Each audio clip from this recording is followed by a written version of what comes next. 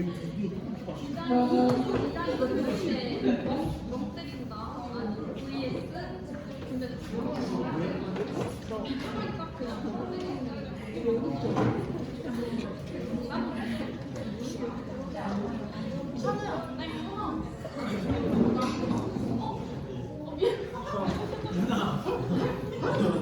핸드폰을 그렇게 치고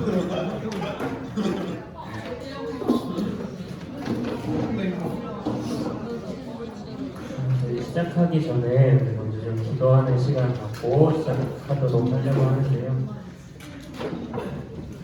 우리 각자 기도할 거예요. 각자 기도할 건데 오전에 하면서 들었던 생각이나 기점 갖고 기도하셔도 좋고, 그리고 저희가 오후에 또 할 때도 하나님 함께 해주셔서 저희가 하나님께서 원하는 리더로서 더욱더 성장될 수 있도록, 또 예배자로서 우리가 부름을 받고 또 본으로서 부름을 받았는데 그 합당한 자 되어질 수 있도록 함께 먼저 기도하고 제가 마무리 기도하고 시작할게요. 기도하시겠습니다. 하나님 아버지 감사합니다. 또 이렇게 주님 불러주셔서 하나님 또 주님 앞에 귀한 시간 올려드립니다. 하나님 함께하여 주시고 성령님 충만한 지금 시간을 내어주셔서 저희가 주님의 또 배우고 깨어지고 아버지 깨닫는 시간 되시게 주시옵소서. 주님께서 원하시는 모습으로 주님께서 이끄시는 모습대로 우리가 성장하고 살아가기를 원합니다. 하나님 함께하여 주시고 기름 부어 주시옵소서. 아버지 우리들에게 무슨 힘이 있겠습니까? 아버지 우리들에게 무슨 능력이 있겠습니까? 아버지 오직 주님 안에 의지하고 성령이 함께해 주시고 충만하게 임재해 주시옵소서. 아버지 주님을 의지합니다. 아버지 주님을 신뢰합니다. 주님께 의뢰합니다. 하나님 함께하여 주시옵소서. 성령님 충만한 임재해 주시고 아버지 주의 말씀 공용과 진리로 충만한 삶 살아갈 수 있도록 인도하여 주시옵소서. 하나님은 사랑한 사람 주님께서 부르신 대로 아버지 기름 부으시고 아버지 그 맡은 바 충성을 다할 수 있게 하시고 그 맡은 주님께서 맡겨주시는 공동체 가운데 아버지 주님의 역사와 주님의 은혜가 넘치게 하여 주시옵소서. 아버지 우리가 하나님의 나라를 꿈꿉니다. 하나님을 위하여 달려갑니다. 달려오는 발걸음 위에 아버지 성기도 손길 위에 아버지 축복하시고 기름 부어 주시옵소서.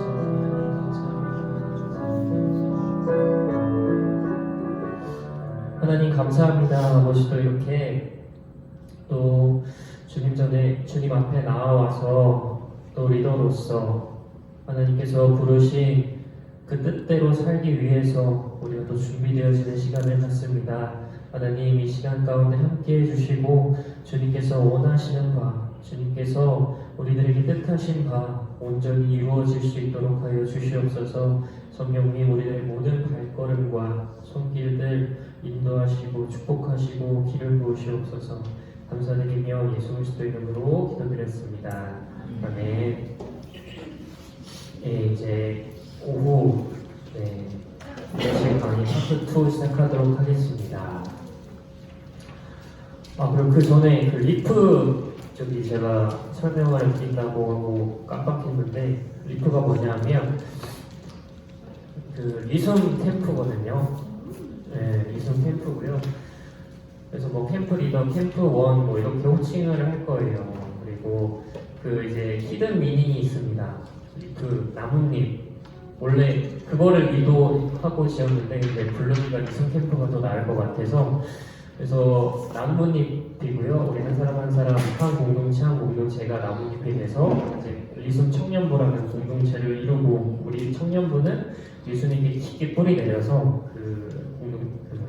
아름다운 열매를 맺을 거다 이런 의미가 있습니다. 그래서 그렇게 3월부터 변경이 될 예정입니다. 이제 계속 진행해 보도록 하겠습니다. 예수 그리스도의 리더십 우리가 하고 있었죠.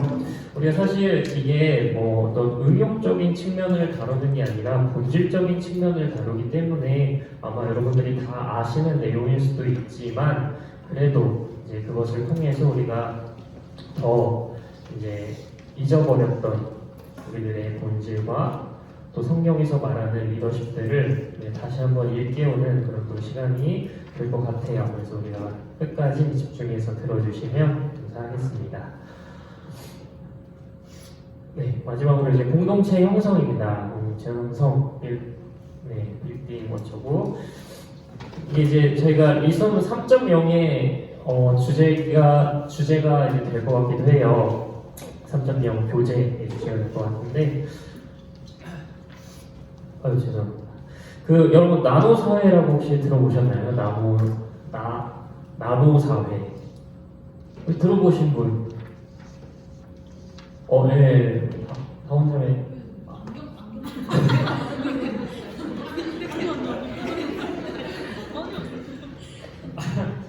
네, 이제 노안이 오나요? 뭐 들어보신 분 계실 거라고 생각해요. 네. 이제 그거는 들어보셨죠? 뭐였지?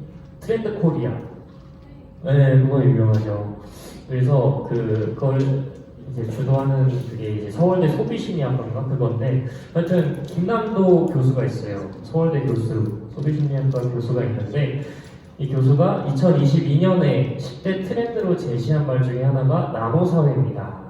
나노사회. 그래서 우리 사회가 이 하나의 공동체적인 유대를 이루지 못하고, 그러니까 하나가 되지 못하고 계속 이 나노 단위로, 이게 뭐 10억분의 1인가 그렇거든요. 나노 단위로 계속 쪼개진다, 조각난다라는 뜻을 가지고 있어요. 이게 실제로 저희가 여러분들이 체감을 하실지는 모르겠지만 진행이 많이 되고 있습니다. 대표적인 원인을 여기서 또 제시를 했어요. 뭐냐면 코로나가 아닙니다. 코로나라고 생각할 수 있는데 코로나가 아니라 그보다 그 원인이 뭐냐면 스마트폰, 알고리즘, 기술 만능주의, SNS 이런 것들이에요. 이런 것들이 이제 나노 사회를 만든다, 그 원인이 된다라고 제시를 합니다.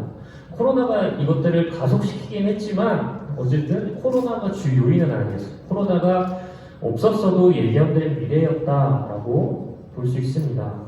그래서 어쨌든 이 나노 사회가 점점 이 가속화되면서 우리는 이 가족의 해체와 우리 사회 윤리 의식의 붕괴를 경험합니다. 경험하고 있죠, 우리. 그래서 굳이 열거하지 않아도 알 정도로 이 뉴스만 틀면 그냥 심심치 않게 이 사회가 가지고 있는 전통적인 윤리와 이 도덕이 붕괴되는 그런 소식을 들을 수 있죠. 정말 말도 안 되는 소식을 많이 들을 수 있습니다. 그래서 이러한 사회 현상 속에서 우리는 이것을 어떻게 받아들일 것인가, 이거를 그냥 일종의 문화로 인식하고 적응하고 수용할 것인가, 어떤 태도를 취할 건가, 우리도 쪼개져야 되는가, 우리도 그 나노 사회가 추구하는 것처럼 이렇게 개인적인 것들을 강조해야 될까, 여러 가지 의문들이 생길 수 있습니다. 근데 그 기독교 역사를 보면 기독교가 쭉 그래왔어요. 뭐냐면 이 받을 수 있는 건 받습니다. 받을 수 있는 건 받아요. 근데 거부할 건 거부합니다. 그래서 보면 기독교화 할 수 있는 것들은 기독교화를 합니다. 복음의 상황화라고도 하는데 그 예수 그리스도의 모습을 보면서 그것들을 진행을 해요. 그래서 그 문화를 수용하되 무분별적으로 수용하진 않습니다. 그러면 우리가 어떤 것들을 거부하고 수용할 것인가 하면 우리 마태복음 18장 19절에서 20절 한번 볼게요. 마태복음 18장 19절에서 20절입니다.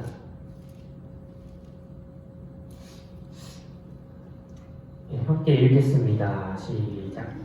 진실로 다시 너희에게 이르노니 너희 중에 두 사람이 땅에서 합심하여 무엇이든지 구하면 하늘에 계신 내 아버지께서 그들을 위하여 이루게 하시리라.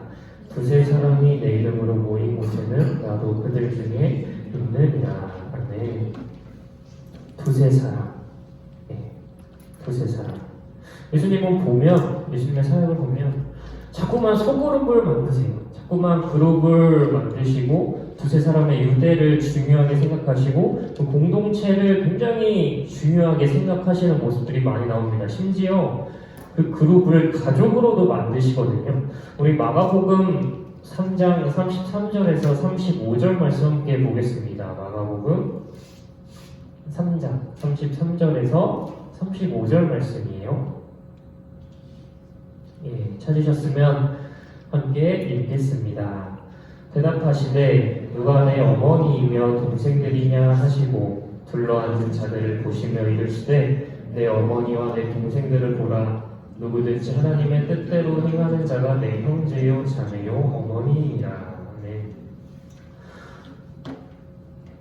예, 그 소그룹을 묶으시되 이거를 가족으로 묶으십니다. 그러니까 굉장히 강한 유대로 묶으시려고 하시는 거예요. 그게 하나님의 예수님의 사역 중 큰 또 한 부분이었고 예수님의 뜻이었다라는 겁니다. 그래서 여러분 우리가 겪고 있는 이 사회, 이 나노 사회에서 우리가 취할 것, 버릴 것 조금씩 감이 오죠. 버릴 거는 우리가 해체된다는 점을 버려야 합니다. 우리는 그럴수록 더 모여야 돼요.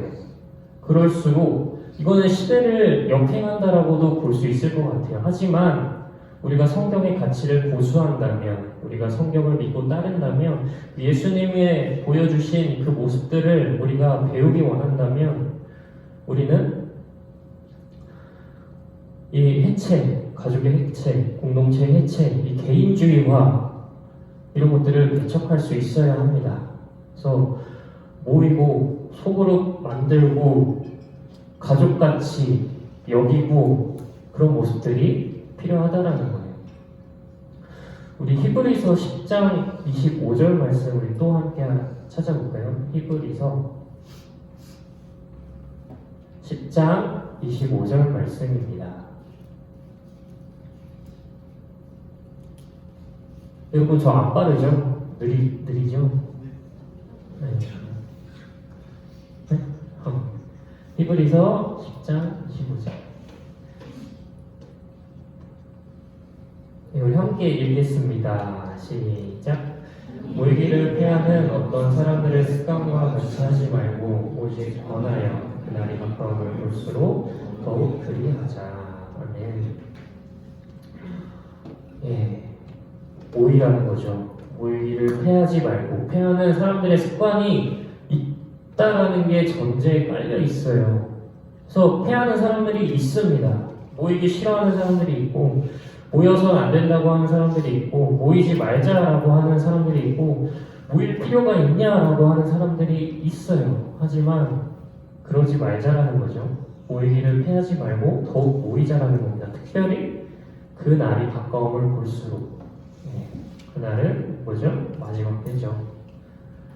그래서 마지막 때가 올수록, 시간이 가면 갈수록 더 모이기가 힘들어질 테니, 모이기를 패하는 사람들이 많아질 테니, 그날이 가까워 올수록 더 모이기 힘들 테니 오히려 더 모이기를 힘쓰자, 이런 뜻입니다. 네. 이 나노 사회가 더 심해질수록 더 모이라는 뜻이에요. 그러니까 절대 이 나노 사회의 그 흐름을 따라가지 말라는 겁니다. 예수가 그랬고요, 또 우리가 그래야 합니다. 모이되, 네. 모이고 또 모여야 되죠.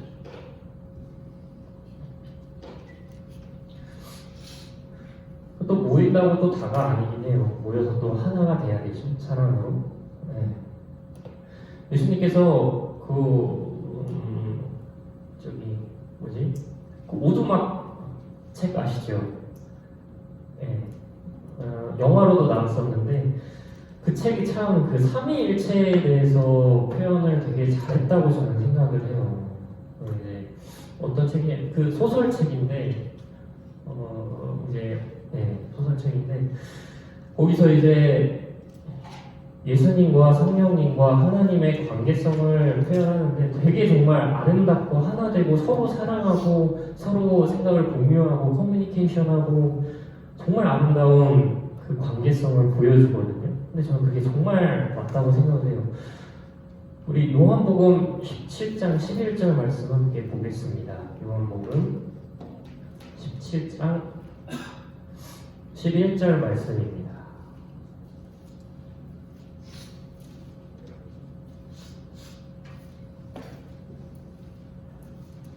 찾으셨으면 우리 함께 읽겠습니다. 나는 세상에 더 있지 아니하오나 그들은 세상에 있사옵고 나는 아버지께로 가옵나니 거룩하신 아버지여 내게 주신 아버지의 이름으로 그들을 보전하자. 우리와 같이 그들도 하나가 되게 하옵소서. 네, 우리와 같이 그들도 하나가 되게 하옵소서. 우리와 같이 이 삼위일체처럼 하나님, 성령님, 예수님의 그 끈끈한 사랑의 관계처럼 우리들도 그런 관계가 되려고 하는 겁니다. 지금 제 눈앞에 대형자매, 정윤자매, 준표 형제, 전일 형제가 있는데 예를 들어서 이 네 분이 사위일체가 된 것처럼 하나가 되라고 하는 거예요. 정말 서로 사랑하고 아끼고 배려하고 존중하는 그런 관계가, 그런 공동체가 되라고 하는 겁니다. 그래서 모여서 우리가 해야 될 거는 하나가 되는 일이에요. 모였을 때도 중요하거든요. 모였을 때 뭐 할 거예요? 모여서 그냥 세상 얘기하고 그냥 내 얘기하고 그냥 사는 얘기만 하고 그러면은 남는 게 사실 많이 없을 겁니다. 오히려 더 공허해질 겁니다. 그렇게 되면 모이는 게 더 어려워지고 하나가 되는 게 더 어려워질 거예요. 그래서 아버지의 이름으로, 예수의 이름으로 할까? 두세 사람이 내 이름으로 모인 곳에는 나도 그들 중에 있느니라 라고 말씀을 하시는데 그 예수님의 이름으로 모였을 때 우리가 더 하나가 될 수 있는 거예요. 모여서 세상 얘기 그냥 사는 얘기 하는 게 아니라 말씀 나누고 내가 은혜 받은 얘기 나누고 하나님 얘기하고 하나님 자랑하고 예수님 얘기하고 성령님 얘기하고 내가 주님과 동행하면서 겪었던 그 추억들 얘기하고 내가 살면서 내가 이번 주에 살면서 기도하면서 받았던 은혜들 후퇴하면서 깨달았던 것들 그런 거 얘기하는 거예요. 그게 이제 예수님의 이름으로 모이는 겁니다. 예수님의 이름이 거기에 주 토픽이 되는 거죠. 그러면서 하나가 되는 것을 이루게 된다라는 거예요. 네. 그래서 우리는 모여서 일단 모여야 되고 모였을 때도 하나가 돼야 되는데 그 하나가 되는 방법은 예수의 이름을 붙잡는 겁니다. 예수의 이름으로 모이는 겁니다. 이제 그렇게 되면 하나님께서 요한복음 17장에서 말씀하신 것처럼 이 예수님처럼 이 삼위일체처럼 점점 뭉쳐지게 되고 하나가 되게 될 겁니다. 사랑의 공동체가 되게 되겠죠. 네, 그래서 리더의 역할이 참 중요해요. 네, 정말 중요합니다. 모여서 뭐 할지 모일지 말지 그것들을 또 결정할 수 있는 그런 것들의 방향성을 잡을 수 있는 게 리더이기 때문에 여러분들이 참 중요하고요. 네. 그래서 또 우리가 더 하나님 앞에 깨어있고 기도하고 말씀 보고 교육받고 양육받고 해야 되는 겁니다. 제가 얘기하다 보니까 자꾸 막 잔소리만 하는 것 같은데 근데 괜찮아요? 네, 죄송해요. 자꾸 그냥 참 잔소리만 하네요. 갑자기 하다가 갑자기 너무 잔소리만 하나 싶어가지고 네. 네? 네. 그래서 이제 넘어가 보겠습니다. 어쨌든 이러한 네 가지가 예수의 리더십을 정리한 거예요. 네, 제일 잘 정리여서 제가 들고 왔고요. 힐링, 치유, 그리고 청지기 정신, 그리고 구성원의 성장, 그리고 공동체 형성 이렇게 네 가지가 예수님의 주요한 이제 리더십이라고 볼 수 있겠습니다. 근데 우리가 사실 이 예수의 리더십, 서번트 리더십을 보면서 헷갈릴 수 있는 게 한 가지 있어요. 뭐냐면 서번트 리더십 하면 이제 우리가 섬기고 이제 봉사하는 거잖아요. 그래서 그 구성원들의 어떤 정신적인, 육체적인 그런 영적인 그들의 성장을 지원하고 배려하고 또 섬기고 사랑하는 그런 리더십이지만 또 그렇다고 이 서번트 리더십이 그 구성원들을 그냥 무조건 섬기고 따라가고 배려하기만 하는 그런 리더십은 또 아니거든요. 그런 리더십이라고 착각할 수도 있어요. 근데 그런 리더십은 아닙니다. 그래서 아까 제가 도중에 설명했던 것처럼 예수가 그 제자들에게 비전을 제시하고 이 방향성을 보여주고 목표를 줬던 것처럼 그 리더도 먼저 보고 이 앞서는 사람으로서 이 비전 제시, 이 방향성 제시를 해줄 수 있어야 합니다. 그들의 성장을 위해서. 근데 이게 사실 역설적으로 보이거든요. 방향성 제시와 섬김. 역설적으로 보일 수도 있습니다. 근데 반드시 이 공존해야 해요. 왜냐하면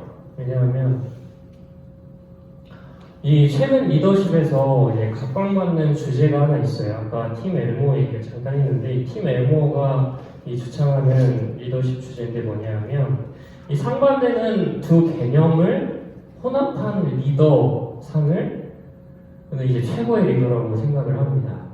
그렇게 주장을 하는데 예를 들어서 자신감과 겸손.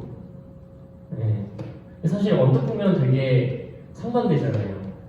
자신감이 넘치는 것과 겸손한 모습. 어떻게 보면 되게 이게 공존하기 어려운 개념인데, 근데 이 팀 엘모는 이제 이렇게 말을 하는 거예요. 그 두 개가 공존해야 된다. 진짜 리더는 정말 좋은 리더는 어떠한 상황에서는 자신감 있게 일을 추진해야 될 때도 있고, 또 어떤 상황에서는 겸손하게 의견을 들으며 그들이 원하는 방향대로 나아가야 할 때도 있다 라고 얘기를 하거든요. 그러니까 어쨌든 그 두 가지 모습이 모두 다 있어야 되는데 그 두 가지 모습이 잘 조화롭게 섞여 있어야 된다라는 거예요. 그래서 우리가 이제 배웠던 방향성 제시, 그리고 섬김, 배려, 존중 이런 것도 사실은 조화롭게 잘 섞여야 됩니다. 그래서 그거는 이제 조금 후에 바울의 그 실천편 리더십에서 우리가 살펴보도록 하겠습니다. 혹시 여기까지 질문이나 하시고 싶은 말씀 있으신 분 있나요?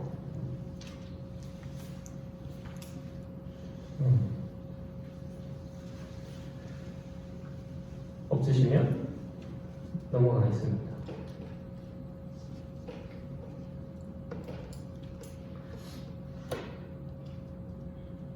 그래서 여기까지가 이제 예수의 리더십이었죠. 이제 사도 바울의 리더십을 한번 다시 보도록 하겠습니다. 실천편. 정말 신약의 위대한 주의 종이죠.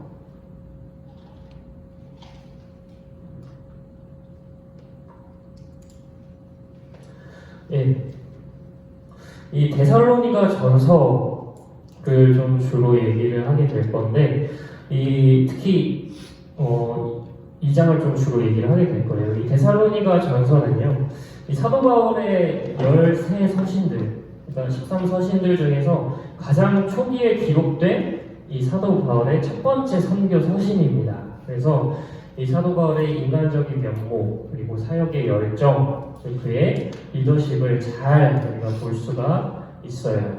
그는 어떤 리더십을 보여주냐 하면, 첫째로 그는 이제 부모처럼, 어머니, 아버지처럼 그 구성원들에게 생명을 나눠주고 이 삶의 활기를 제공하는 사람이었습니다. 근데 그게 본인이 막 텐션 높아서 그런 건 아니고 복음을 통해서 그것을 이루었는데, 예수 그리스도의 제자로서 이제 바울은 복음을 품게 됩니다. 사도로서 복음을 품고 이제 거기서 끝나는 것이 아니라 이제 그 복음을 전해서 이 다른 영혼들을 하나님의 자녀가 되도록 이제 많이 노력을 하죠. 실제로 많이 그렇게 하기도 했고요. 그래서 영적 아버지이자 어머니였습니다. 근데 그렇게 복음을 통해서 새 생명을 낳고 새 생명을 낳고 하다 보니까 이 새 생명이 있는 곳에 여러분 느끼셨을지 모르겠지만 하나님께서 정말 많이 부어주세요. 예. 이 새 생명, 그러니까 복음을 하나님을 처음 만난 사람은 정말 은혜로 충만합니다. 예. 하나님을 정말 만난 사람들은 보면 정말 정말 하나님이 이 사람을 많이 사랑하시는구나, 많이 아끼시는구나, 그게 느껴질 정도로 하나님께서 많이 부어주세요. 그래서 이 새 생명이 있는 곳에는 항상 이 기쁨, 활력이 있습니다. 행복이 있습니다. 하나님의 그 부어주심이 있어요. 그래서 우리도 마찬가지죠. 이 복음이 있고 그것을 통해서 이 복음을 전해서 또 다른 새 생명을 얻게 된다면 그것은 또 다른 이 기쁨과 자유함과 소망을 경험하게 되는 길이 되는 거예요.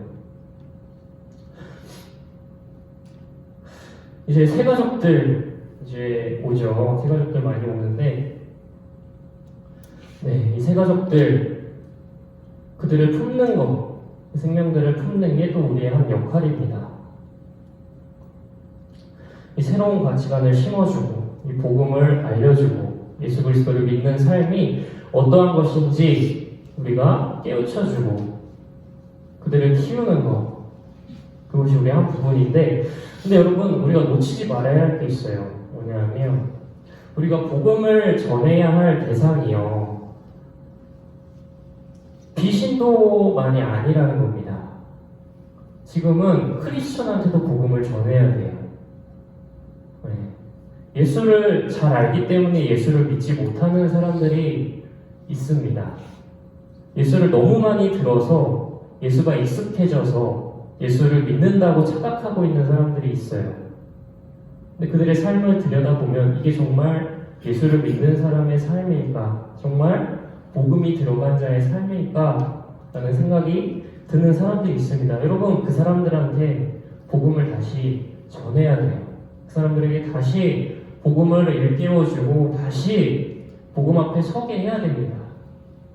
다시 한 번 더 그들이 복음 앞에 내 삶을 결단하고 복음 앞에 내 삶을 깨트리게 해야 돼요. 그것이 우리들의 또 하나의 역할입니다. 그리고 그게 이제 복음을 전하는 새 생명들을 낳고 키우는 그런 리더십의 일환이 되는 겁니다. 우리 고린도전서 4장 15절 말씀 한번 보겠습니다. 고린도전서 4장 15절 말씀입니다. 우리 찾으셨으면 함께 읽겠습니다. 시작. 그리스도 안에서 일반 스승이 있으되 아비는 많지 아니하니. 여기서 스승은 요즘으로 치면 뭐냐면 이 원어적으로 보면 과외 선생입니다. 과외 선생. 여기서 말하는 과외 선생이 이 참 스승, 참 선생이 아니라 그냥 돈을 받고 의무적으로 아이들을 가르치는 그런 선생을 의미하는 거거든요. 그러니까 이게 좀 안 좋게 말하면 사꾼입니다. 그런 사꾼. 그런 사꾼은 많되 아비는 많지 아니하니. 그러니까 그런 사꾼이 되지 말라는 거죠. 그런 사꾼이 되지 말고 진정으로 사랑하라는 겁니다. 그 복음을 전하면서 정말 그 아버지의 마음으로 사람들을 다시 태어나게 하겠다는 그 사람들이 정말 하나님의 자녀가 하나님의 새 생명들이 되게 하겠다는 그 마음으로 그 부모의 마음으로 아비의 마음으로 그들을 사랑하고 품으라는 뜻이죠. 그런 사건과 이 부모의 마음을 비교하는 겁니다. 그래서 영적인 이 부모가 되라고 계속 말씀을 하는 겁니다. 이제 사도 바울은 실제로 그렇게 계속 복음을 전하고 그런 부모의 마음을 갖게 되죠. 두 번째로 이제 사도 바울은 이 사랑과 관용과 오래 참음으로 구성원들을 보호하고 키우게 됩니다. 예수님의 리더십의 실천편인데 성경은 이제 이 신자들, 우리들, 성도들을 하나님의 자녀라고 부릅니다. 하나님의 자녀. 이건 뭐냐 하면 그들의 행위, 그들의 어떤 말이나 행동보다 그 존재에 좀 초점을 두는 건데 이 사도 바울도 그랬어요. 그들을 보면서 그들의 행동이나 그 말, 거기에 초점을 두지 않고 존재에 초점을 뒀습니다. 그럼 우리가 만약에 리더를 하게 되면서 정말 많은 영혼들을 만나게 되겠죠. 뭐 새내기들도 있을 거고, 새가족도 있을 거고, 아니면 정말 팀원으로 들어왔는데 정말 이 사람이 왜 팀원으로 들어왔는지 싶을 정도로 이렇게 실력이 없는, 까놓고 말해서 그런 팀원이 올 수도 있습니다. 근데 거기에 우리가 초점을 두게 되면 실망을 하게 돼요. 실망을 합니다. 그들이 어떤 우리의 기대치에 미치지 못하기 때문에 우리는 계속 실망하고 그들을 품어주지를 못하게 되겠죠. 하지만 바울은 그들의 존재에 초점을 맞췄습니다. 그래서 참을 수 있었어요. 데살로니가 전서 5장에 보면 모든 사람을 대하여 오래 참으라라고 말씀을 하시는데, 근데 이거를 어떻게 참느냐 했을 때 부모가 이 아기를 기르는 것처럼 그렇게 그들의 아기의 존재를 보고 그 사랑스러운, 그 사랑받아야 할 그 존재를 보면서 오래 참으라라고 말씀을 하는데, 우리 데살로니가전서 2장 7절에서 8절 한번 보겠습니다. 데살로니가전서 2장 7절에서 8절 말씀입니다. 우리 찾으셨으면 함께 읽겠습니다. 오직 우리가 너희 가운데서 유순한 자 되어 유모가 자기 자녀를 기름과 같이 하였으니 우리가 이같이 너희를 사모하여 하나님의 복음뿐 아니라 우리의 목숨까지도 너희에게 주기를 기뻐함은 너희가 우리의 사랑하는 자 됨이라. 아멘. 여기서 말하는 유모는 원래 부모라는 뜻입니다. 부모. 그러니까 부모님의 마음으로 이제 오늘을 대하고 사랑하라는 건데, 부모님의 마음으로 이 사람들을 보게 되면 그들의 행동, 그들의 말 그런 거에 초점을 맞출 수도 있지만 어쨌든 부모는 기본적으로 그들을 사랑합니다. 왜냐하면 그냥 사랑스러운 거예요. 그들의 존재 자체가, 내 아들, 내 딸, 그들의 존재 자체가 이미 나한테 사랑스러운 거고 이미 내가 사랑해야 될 존재라는 그런 생각이 있어요. 있기 때문에 사랑하고 또 그것이 부모의 마음이라는 거죠. 근데 저 죄송한데 혹시 히터 좀 꺼주실 수 있을까요? 네. 감사합니다. 네, 또 개장 한번 해가지고.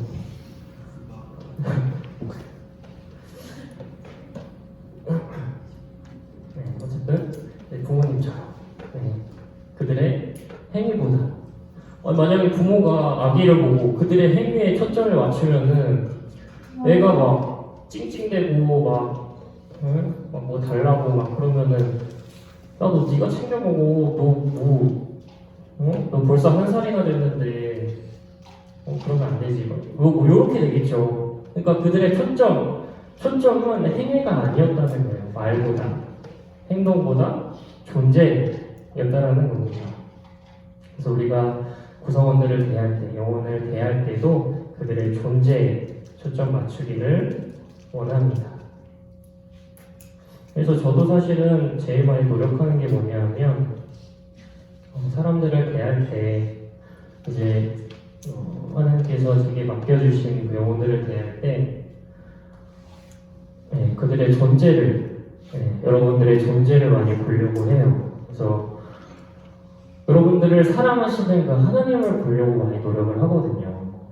그래야 이제 하나님께서 주시는 마음들, 하나님께서 얼마나 사랑하시는지를 또 알게 되기 때문에 그런 마음으로 이제 좀 보려고 노력을 합니다. 그래서 우리가 봐야 될 건 그들의 행위, 말이 아니라 존재라는 것. 네. 다음으로 이제 삶의 모범을 보이는 솔선수범. 이 바울의 리더십, 솔선수범하는 리더십이었습니다. 우리 예수의 리더십 하면서 그 제자들을 데리고 다니면서 스스로 이 모델이 되어주신 거 기억하시죠? 예, 스스로 이 모델이 되어주십니다. 그거를 이제 바울은 직접 실천을 하죠. 데살로니가전서 2장 10절 말씀 우리 함께 보겠습니다. 데살로니가전서 2장 10절 말씀입니다. 우리 함께 읽겠습니다. 우리가 너희 믿는 자들을 향하여 어떻게 거룩하고 옳고 흠없이 행하였는지에 대하여 너희가 증인이요 하나님도 그러하시도다. 네. 사도 바울도 스스로 좀 모델이 되어줬어요. 스스로.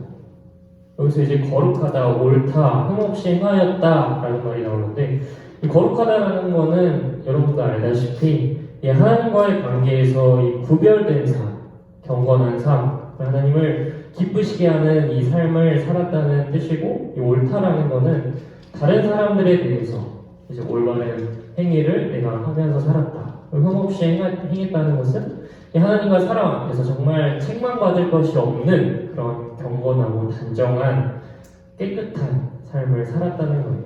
그래서 여기서 이 고백의 핵심은 뭐냐면 이 바울이 하나님 앞에 그리고 다른 사람들 앞에 불평을 받을 만한 행동이나 아니면 뭐 모순된 자기의 신앙 고백과 말이 다른 그런 모순된 행동이 없었다. 그런 모습을 보이지 않으려고 노력했다라는 것이 이 고백의 핵심입니다. 그리고 우리가 사실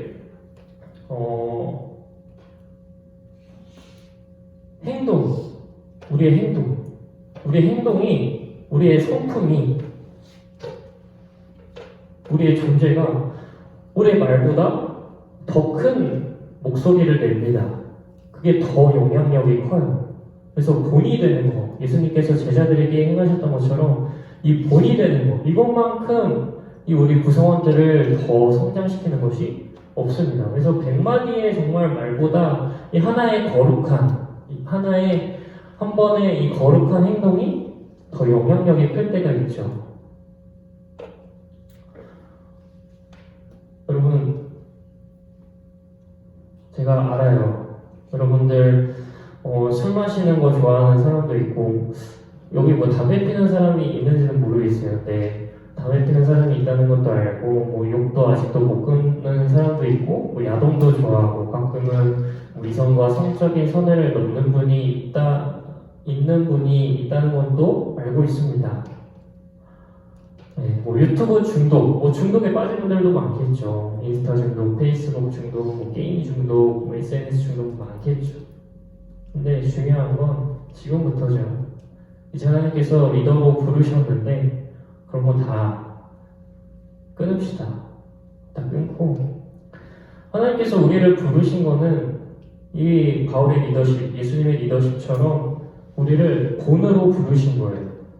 경건한 삶으로 부르신 겁니다. 거룩한 삶으로, 깨끗하고 단정한 삶으로 부르신 겁니다.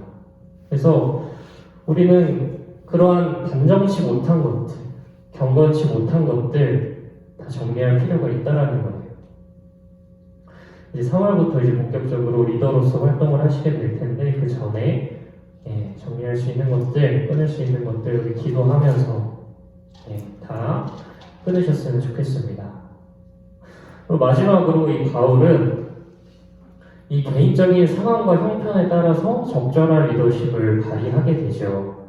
우리 데살로니가전서 2장 11절 말씀 함께 보시겠습니다. 데살로니가전서 2장 11절 말씀입니다. 함께 읽겠습니다. 너희도 아는 바와 같이 우리가 너희 각 사람에게 아버지가 자기 자녀에게 하듯 권면하고 위로하고 경계하노니.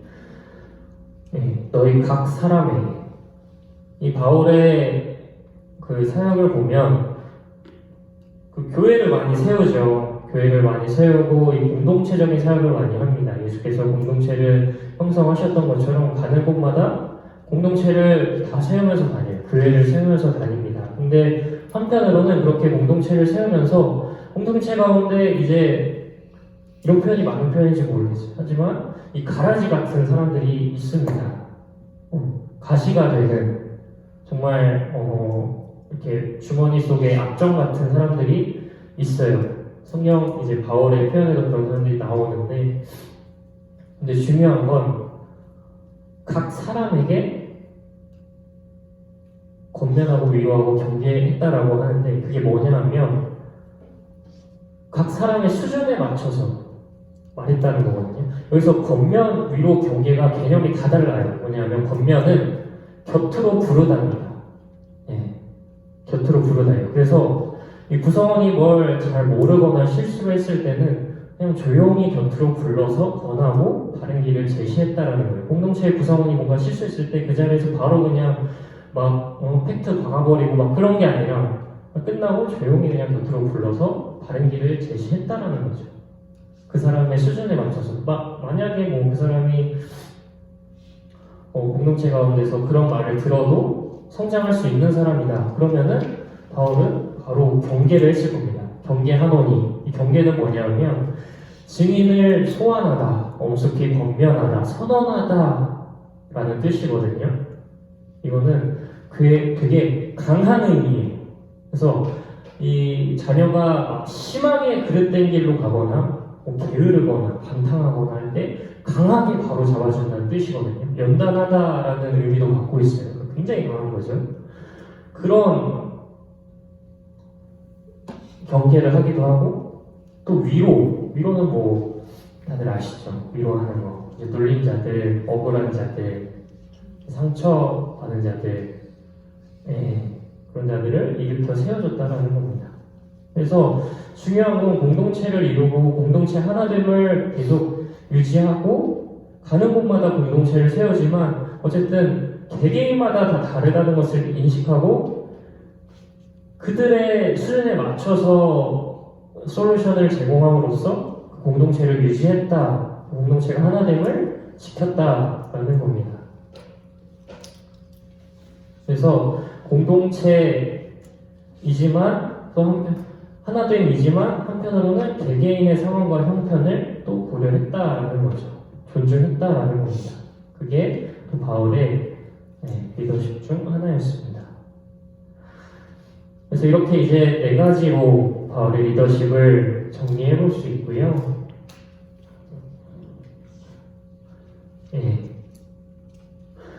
그래서 예수 그리스도의 리더십은 이제 성김의 리더십, 그것을 본받은 이 바울은 부모의 리더십, 이렇게 제가 말을 할 수 있을 것 같습니다.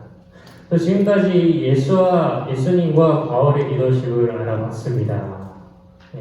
사실 이런 리더십들은 우리들에게 주어진 어떤 방향성입니다. 그리고 지향해야 할 목표점이죠. 최종적인. 그래서 지금 당장 내가 이런 모습을 낼 수는 없어요. 그게 정상입니다. 그게 정상이에요. 그래서 내 부족함에, 연약함에 절대 낙심하거나 절망할 필요가 없어요. 오히려 지금 내가 당장 어떤 결과물을 내려고 하는 게 그게 교만입니다. 난 당연히 연약하고 부족해요. 그래서 여러분 우리는 천천히 여유롭게 가야 돼요. 너무 조급하게 가면요 예수님을 앞서게 되거든요. 그러면 방향성을 잃어버립니다. 내가 어디로 가는지도 모르게 돼요. 그러니까 예수님 앞서지 말고 천천히 예수님과 같이 가야 되죠. 근데 목표점을 정확히 보면서, 목표점을 정확히 하면서 날마다 천천히 이제 걸어가야 되죠. 그러면은 우리가 어떻게 하면 예수님과 같이 걸어갈 수 있을까요? 어떻게 하면 이 두 리더십을 발전시킬 수 있을까요? 그건 바로 나왔나요? 예배자의 삶입니다. 여러분 우리가 예배자의 삶을 살지 않고서 이 리더십을 수행할 수가 없습니다. 하나님께서 내게 맡기신 이 리더의 자리, 내게 맡기신 이 공동체의 구성원들을 내가 감당할 수가 없습니다. 그들을 이끌 수가 없습니다. 예배자의 삶을 살지 않고서는요. 아니요, 사실은 흉내는 낼 수 있어요. 흉내는 낼 수 있겠죠. 하지만 그 안에 진짜 영향력, 주님께서 부어주시는 그 기름은 없을 겁니다. 그렇다면 예배자의 삶이란 뭘까요? 사실 우리가 아까 처음에 이제 예수님의 그 비전들 나누면서 나눴는데, 이제 영과 진리, 성령과 말씀으로 충만한 삶이죠. 그것으로 하나님과 관계하는 그런 삶입니다. 여러분, 성전 아시죠? 성전. 네, 성전. 성전 하면은 뭐가 떠올라요? 뭐 예루살렘 성전도 떠오르고, 우리 여기 3층에 있는 대성전도 떠오르고, 성전, 뭐 4층 성전도 떠오를 수도 있고, 시온 성전도 떠오를 수도 있고, 성전들이 많이 떠오를 텐데, 근데 사실 여러분, 성전이라는 말 완전 잘못된 건 아세요? 성전은 완전 잘못된 말이에요. 왜냐하면 성경에서 성전은 딱 하나입니다. 구약에서 성전은 딱 하나예요. 예루살렘 성전. 하나님께서 자신의 이름을 두시겠다고 한 것은 딱 거기 하나예요. 성전, 예루살렘 성전. 근데 사실 그 성전은 무너졌어요. 네, 무너졌습니다. 예수님께서 사랑하시던, 하나님께서 아끼시고 사랑하시던 그 성전은 무너졌습니다. 예수님 때까지는 있었어요. 근데 그 이후에 로마 시대에 무너지게 됩니다. 그래서 여러분, 통곡의 벽 아시죠? 네, 통곡의 벽. 그래서 유대인들이 그 통곡의 벽에 가서 기도하는 이유가 그거예요. 성전이 없거든요.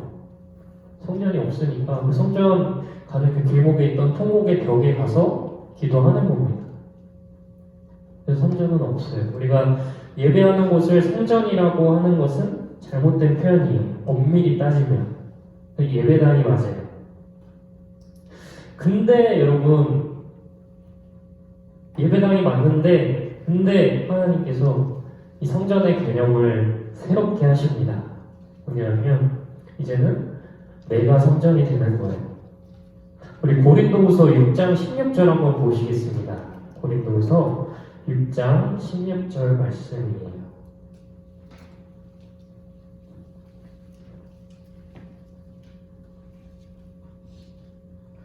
찾으셨으면 우리 함께 읽겠습니다. 하나님의 성전과 우상이 어찌 일치가 되리요? 우리는 살아계신 하나님의 성전이라. 이와 같이 하나님께서 이르시되 내가 그들 가운데 거하며 그로 인하여 나는 그들의 하나님이 되고 그들은 나의 백성이 되리라. 뭐라고 말씀하시죠? 우리는 살아계신 하나님의 성전이라. 그리고 우리 고린도 전서도 한번 찾아볼게요. 고린도 전서, 아까는 후서였고 이제 전서입니다. 고린도 전서 6장 19절 말씀 함께 보시겠습니다. 고린도 전서 6장 19절 말씀입니다.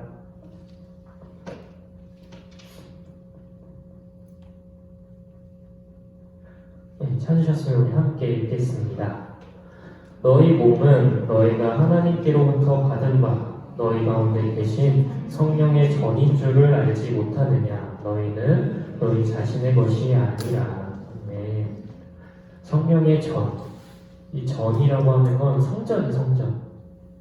그래서 우리가, 우리의 몸이, 우리의 마음이, 우리의 심령이, 나 자체가 성전이다 라는 거예요.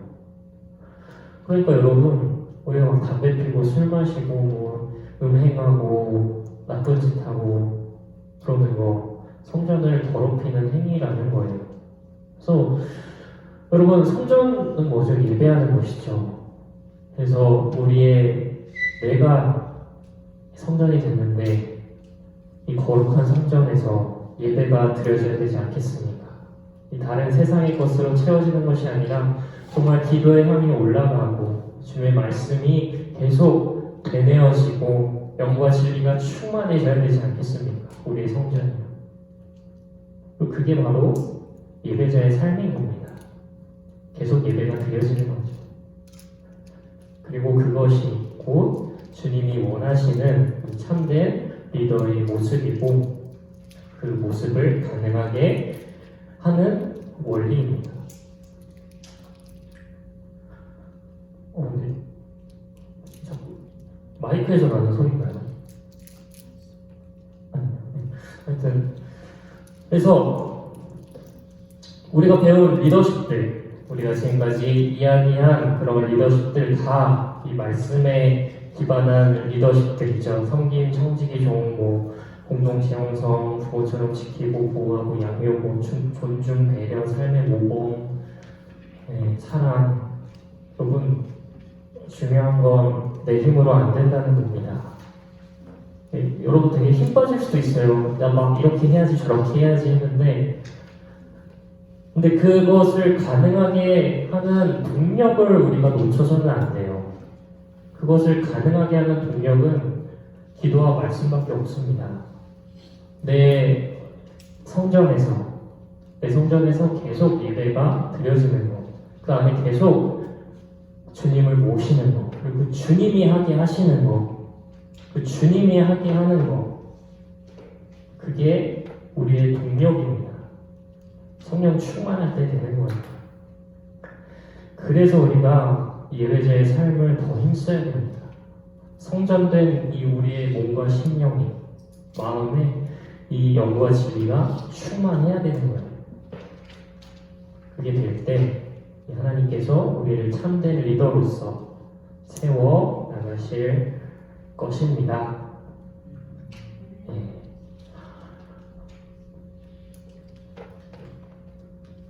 그래서 이제 리더십은 제가 준비한 리더십은 여기까지고요.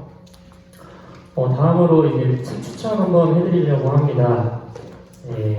이 처음 두 책은 저희 필독서거든요.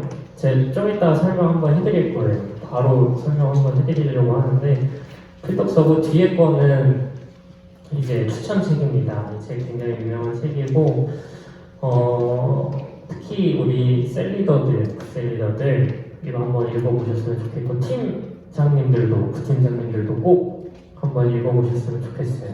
사람들이 올려오는 속으로 듣고 그리고 오늘 강의하는 제가 다 올려드릴 거고요. PDF로 해서 다 올려드리겠습니다. 저희 시간이 생각보다 많이 흘러가지고 바로 그냥 공지해 드리도록 할게요. 그 세 번째 페이지 보시면은 제가 공지 하나 이렇게 해놨는데요.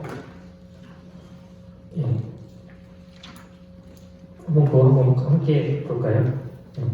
그래서 LTC의 비전도 제가 동일하게 적어놨어요. 왜냐하면 우리는 같은 마음으로 리더들도 이 청년부가 지향하는 이 비전을 같은 마음으로 가야 하기 때문에 같은 비전을 정했고요. 또 리더는 예배하는 자다 라는 이 공식을 우리가 조금 더 마음에 담아두고자 같은 비전으로 정했습니다.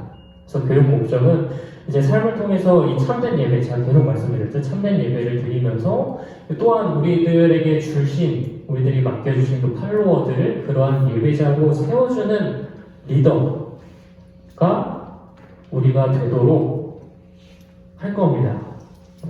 기도하면서 말씀 보면서 그렇게 되도록 이제 노력할 거고요. 그리고 교육 목표는 보면 이제 기본 자세 수립하고 화목한 관계 형성하고 그리고 지속 가능한 성장. 이 LTC가 끝나더라도 리더 생활이 만약에 끝나게 되더라도 그 이후도 계속 주님과 동행하면서 지속 가능한 성장을 이루기 위해서 이렇게 커리큘럼을 준비하게 됐고요. 그리고 다음 주부터는 그 큐티를 진행합니다. 이제 제가 계속 말씀드리는 기도와 말씀 이거를 먼저 좀 기반을 베이스를 좀 탄탄히 하고 리더를 했으면 좋겠어서 이 큐티와 기도를 진행을 하게 됩니다. 그래서 이거는 우리 박진찬 간사님 아시죠? 정말 존경하는 분들이 굉장히 많더라고요. 그래서 진찬 간사님 모셔서 한번 진행하도록 하겠습니다. 그리고 우리 제가 팀장분들께는 그거를 다 드렸어요. 그 뭐죠? 1년 운영 계획 그걸 다 드렸거든요. 그래서 오늘 이제 비전 나눔하고 뭔가 배우기도 이 리더에 대해서 배우기도 했으니까 그것들 이렇게 차근차근 작성하시면서 중간중간에 저하고 좀 소통하면서 물어보기도 하면서 작성하신 다음에 이제 마지막 주에 이렇게 완성하도록 하겠습니다. 그리고 이제 밑에 기타 내용 보시면 독서 보고서를 또 이렇게 넣어놨습니다. 여러분 제가 정말 중요하게 생각하는 리더의 능력 중 하나가 뭐냐면 독서인 것 같아요. 독서. 왜냐하면 내가 성장하는 만큼, 내가 깊어지는 만큼 우리 팔로워들에게 또 그게 흘러가기 때문에 그들을 성장시키기 원하신다면, 그들이 더 깊은 곳으로 가기 원하신다면 우리는 독서를 계속 해야 됩니다. 그래서 독서 보고서 2개가 있고요. 첫 번째로는 아까 보여드렸던 이거 중간에 있는 책입니다. 그들은 교회가 아니라 리더를 떠난다. 그리고 두 번째 책은 그리스도의 기도학교 첫 번째에 있는 사진입니다. 그래서 이 2권 구매하신 다음에 읽으시고 1월 27일 토요일까지 조금 촉박하게 느껴질 수도 있어요. 2주인데 그래도 한번 해봅시다. 해보고 첫 번째는 1월 27일, 두 번째는 2월 10일까지 그냥 읽고 이게 요약은 안 하셨으면 좋겠어요. 요약은 저한테 요약을 보여주실 필요는 없고요. 보시고 느낀 점을 많이 써주셨으면 좋겠어요. 그리고 내가 어떻게 적용할 건지, 구체적으로 내가 어떻게 좀 변화될 건지 이런 것들을 좀 써주시면 좋을 것 같아요. 그게 여러분들을 위해서예요. 저를 위해서가 아니라. 그래서 A4 최대 2장입니다. 최대 2장으로 해서 내주시면 될 것 같고요. 포인트 막 300 이렇게는 안 되고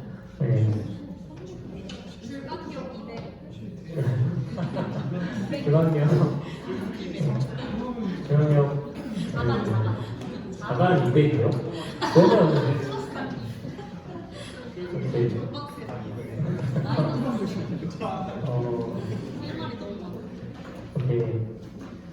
어쨌든 써서 제출을 하시면 되겠습니다. 제출은 서면 종이로 하시면 제가 이거 그냥 7레벨 8레벨 다니다가 또 잃어버리거든요. 그러니까 이 메일로 메일 안 써놨네. 메일 제가 카톡방에 한번 올려드릴게요. 메일로 보내주시면 써져 있어요? 메일로 제가 보내드릴게요. 보내드리면 보내주세요. 그리고 밑에 보시면 이제 2회 이상 지각 및 1회 이상 무단결석 하면 예배 때 대표기도 써놨는데 약하다는 의견이 있더라고요. 좀 더 센 걸로 제가 준비를 하도록 할게요. 예를 들면 예배 때 설교 그래서 꼭 성실하게 이게 그냥 하는 게 아니고 정말 하나님 앞에 드려지는 예배라고 저는 생각하거든요. 정말 하나님 앞에 드리는 나의 결단이고 예배라고 생각해요. 그러니까 성실하게 기대하면서 같이 했으면 좋겠습니다.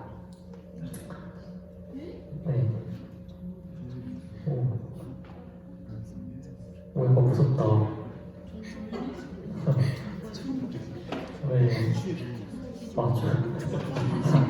제 종소리구나, 저거. 쓰느라는 재미를 뜻이군요.